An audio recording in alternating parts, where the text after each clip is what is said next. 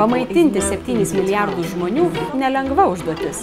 Nemažai žmonių mano, kad genetiškai modifikuoti organizmai arba GMO padės patenkinti maisto paklausą. Pavyzdžiui, šis kukurūzas. Tačiau GMO tema labai prieštaringa. Taisyklės skiriasi ne tik jų tipams, bet ir maisto produktams bei pašarams. GMO yra organizmas, kurį mokslininkai pakeitė, įvesdami svetimus genus ir modifikuodami genetinę struktūrą. Šis procesas suteikia modifikuotam organizmui naujų savybių. Jų šalininkai pabrėžia didesnį šių augalų derlingumą, atsparumą kenkėjams ir ligoms, o tai sumažina pesticidų poreikį. GMO padaro organizmus atsparesnius nepalankioms oro sąlygoms.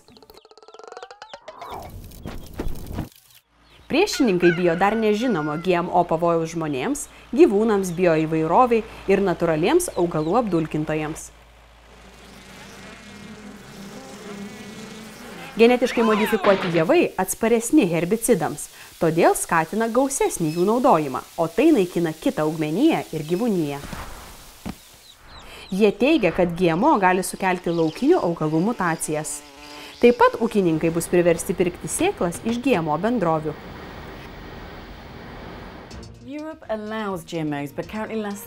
Europos Sąjunga leidžia GMO, bet kol kas tik mažiau negu 1% dirbamos žemės naudojamas jų auginimui ir juo užsiima tik 5 šalys – Ispanija, Portugalija, Slovakija, Rumunija ir Čekija. Šiuo metu Europoje auginama tik viena GMO veislė – MON 810, vabzdžiams atsparūs kukurūzai. Tačiau 40 GMO turinčių produktų yra importuojami, pavyzdžiui, sojos pupelės pašarams.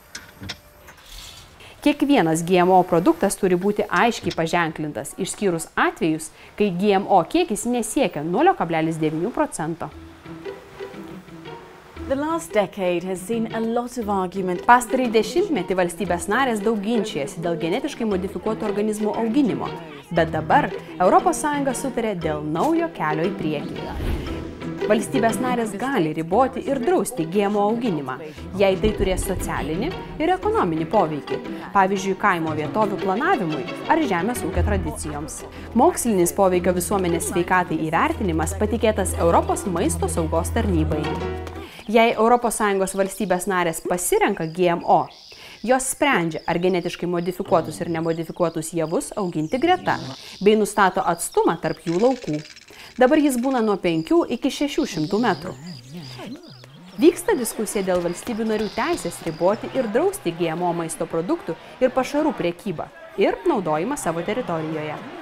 Tai keltų grėsmę laisvam prekių judėjimui per ES vidaus sienas.